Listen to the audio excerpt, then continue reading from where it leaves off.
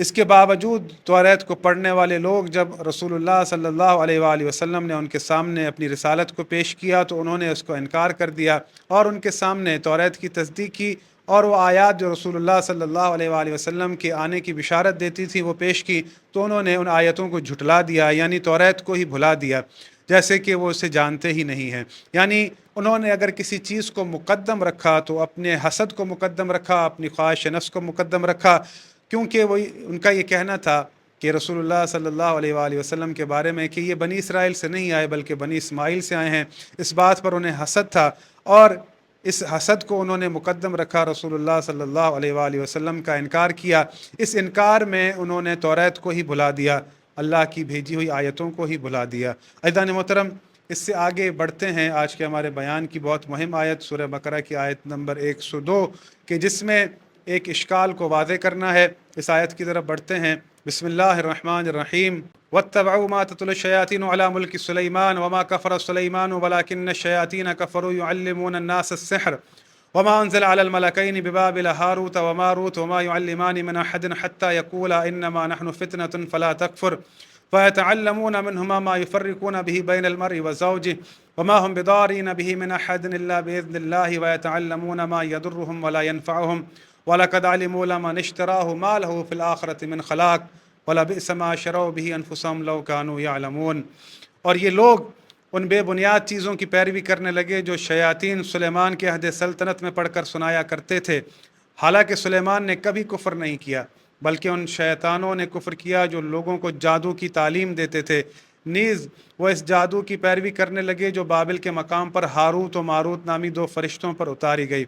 حالانکہ یہ دونوں فرشتے اس وقت تک کسی کو کچھ تعلیم نہیں دیتے تھے جب تک پہلے یہ نہیں کہتے تھے کہ ہم محض آزمائش ہیں، لہذا اس علم کو غلط استعمال کر کے کافر نہ ہو جانا۔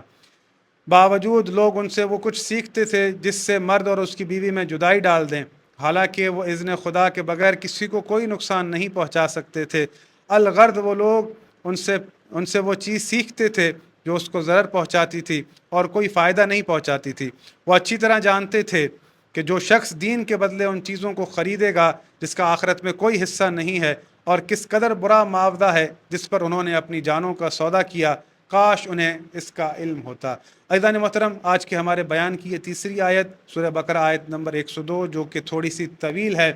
عزیزان محترم،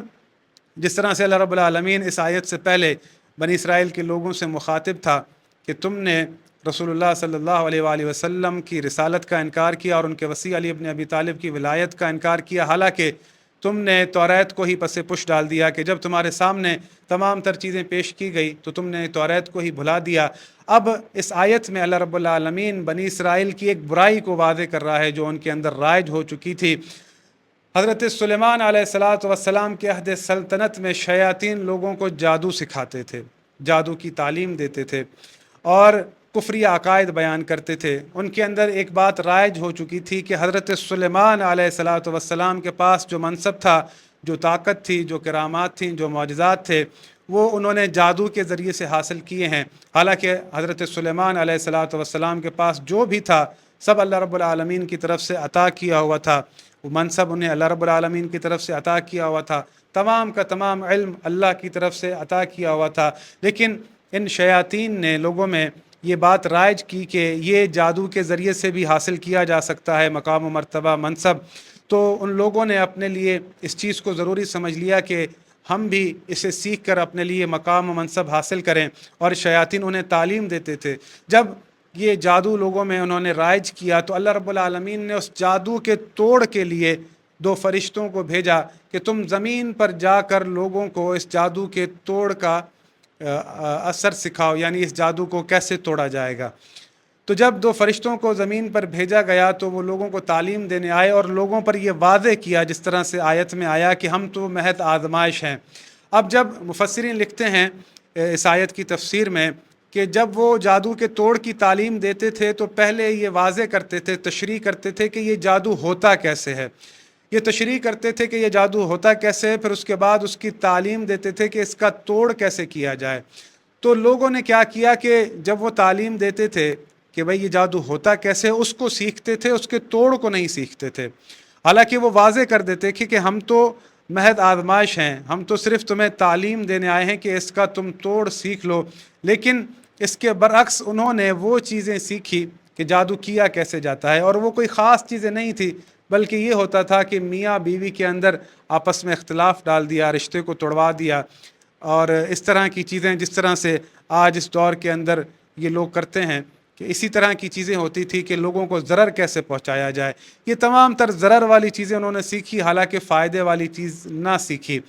یہاں آیت کا مفہوم اس طرح سے ہے کہ شیاطین نے اس چیز کو رائج کیا، اور اللہ رب العالمین نے 2 فرشتوں کے ذریعے انہیں انسان بنا کر بھیجا، کہ 2 فرشتوں کے ذریعے اللہ رب العالمین نے یہ چاہا کہ یہ لوگوں کو تعلیم دیں کہ اس کا اثر کیسے ہوتا ہے۔ لیکن ایک عجیب عقیدہ لوگوں کے اندر رائج کر دیا گیا کہ ہمارے جو غیر ہیں وہ اس بات کو لکھتے ہیں اپنی تفاسیر کے اندر کہ یہ فرشتے جب زمین پر آئے تو یہ بھی گناہوں میں مبتلا ہو گئے، اور ایک کسی خاتون کے پیچھے چل پڑے، وہ خاتون تو ستارہ ہو گئی، اور یہ دونوں فرشتے اللہ رب العالمین کے غیظ و غضب کا شکار ہوئے۔ حالانکہ مکتبہ تشیع میں اس عقیدے کی کوئی گنجائش نہیں ہے۔ عزیزان محترم،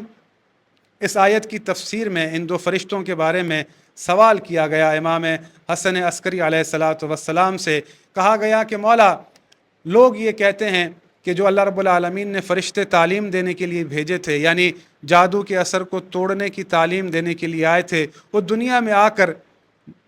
گناہوں میں مبتلا ہو گئے اور بدکاریاں کرنے لگے۔ تو امام علیہ السلام نے استغفار پڑھا، توبہ کی، کہا یہ کیسا عقیدہ لوگوں کے اندر رائج ہے، اللہ کے فرشتے تو معصوم ہوتے ہیں۔ پھر امام نے قرآن کی آیتوں کو تلاوت کرنا شروع کیا۔ پہلی امام نے آیت پڑھی سورہ تحریم کی آیت نمبر 6، اس کا آخری حصہ امام نے تلاوت کیا کہ لا یعصون اللہ ما امرہم ویفعلون ما یؤمرون، وہ اس کی نافرمانی نہیں کرتے اور وہی کرتے ہیں جس کا انہیں حکم دیا گیا ہے۔ سورہ اعراف آیت نمبر 206، ان الذین عند ربک لا یستکبرون عن عبادتہ ویسبحونہ ولہ یسجدون، اور فرشتے تمہارے پروردگار کے خاص مقرب ہیں، وہ کبھی بھی اس کی عبادت سے سرکشی نہیں کرتے اور اس کی تسبیح و تقدیس کرتے ہیں، اس کی پاکی بیان کرتے ہیں، اس کی بارگاہ میں سر بسجود ہوتے ہیں۔ اس کے بعد امام علیہ السلام نے اور آیت پڑھی سورہ انبیاء آیت نمبر 26، وقالوا اتخذ الرحمن ولدا سبحانہ بل عباد مکرمون، اور وہ کہتے ہیں کہ خدا رحمان نے اولاد بنا رکھی ہے، یعنی لوگ کہتے ہیں کہ فرشتے اللہ کی اولاد ہیں۔ اللہ رب العالمین نے جواب دیا وہ اس سے پاک ہے، بلکہ وہ فرشتے تو اس کے بندے ہیں۔ پھر اس کے بعد آیت نمبر 27 سورہ انبیاء کہ لا یسبقونہ بالقول وہم بامرہ یعملون، جو بات کرنے میں بھی اس سے سبقت نہیں کرتے اور اس کے حکم پر عمل کرتے ہیں۔ عزیزان محترم، امام نے قرآن کی آیتوں کو تلاوت کیا اور فرمایا کہ فرشتے تو اللہ کے مقرب ہیں، وہ اس کی حمد و تقدیس کرتے ہیں، وہ تو بات کرنے میں بھی اس سے سبقت نہیں کرتے اور اس کے حکم پر عمل کرتے ہیں، اور جو اللہ رب العالمین انہیں حکم دیتا ہے اس پر عمل پیرا ہوتے ہیں۔ لا یعصون اللہ ما امرہم، وہ اپنے رب کی کبھی بھی نافرمانی نہیں کرتے۔ عزیزان محترم، یہ عقیدہ غیروں میں ہو سکتا ہے کہ فرشتے دنیا میں آ کر بدکار ہو گئے تھے، لیکن مکتبہ تشیع میں اس کی کوئی گنجائش نہیں ہے۔ وہ فرشتے انسانی صورت میں ضرور آئے تھے، اللہ رب العالمین نے انہیں انسان بنا کر دنیا میں بھیجا تھا، لیکن وہ تھے فرشتے ہی اور لوگوں کو تعلیم دینے کے غرض سے آئے تھے۔ انہوں نے دنیا میں کوئی بدکاری نہیں کی تھی، بلکہ ان کا ہدف یہ تھا کہ اللہ کے امر سے لوگوں کے اندر تعلیم دیں کہ وہ اس ضرر سے کیسے بچ سکیں، وہ جادو سے کیسے بچ سکیں، وہ اس شیاطین کی اتباع نہ کریں، بلکہ اللہ اور اس کے نبی کی اطاعت و فرما برداری کریں اور شیاطین کی راہ سے دور رہیں۔ عزیزان محترم، فرشتوں کا جو معاملہ ہے، مجھ سے سوال بھی ہوا تھا کامنٹس کے اندر کہ اس کو ضرور بیان کیجیے گا، ہاروت و ماروت، تو اس کو آپ نے سن لیا کہ ہمارے مکتب میں ہمارے ائمہ معصومین علیہ السلام کی نگاہ میں ایسا کچھ بھی نہیں تھا، تو لہذا آپ کسی کی سنی سنائی اس عقیدے پر یقین مت رکھیے گا کہ فرشتے دنیا میں آ کر بدکار ہو گئے تھے، ایسا کچھ بھی نہیں ہے، بلکہ وہ تو محض تعلیم دینے کے لیے آئے تھے۔ مکتبہ تشیع میں اس عقیدے کی کوئی گنجائش نہیں ہے۔ آج کی یہ 3 آیات میں نے آپ کے سامنے پیش کی، انشاءاللہ اگلی ویڈیو میں جلد آپ کے سامنے حاضر ہوں گے۔ اپنے کمنٹس اور آراء سے ضرور آگاہ کیجیے گا۔ السلام علیکم ورحمۃ اللہ وبرکاتہ۔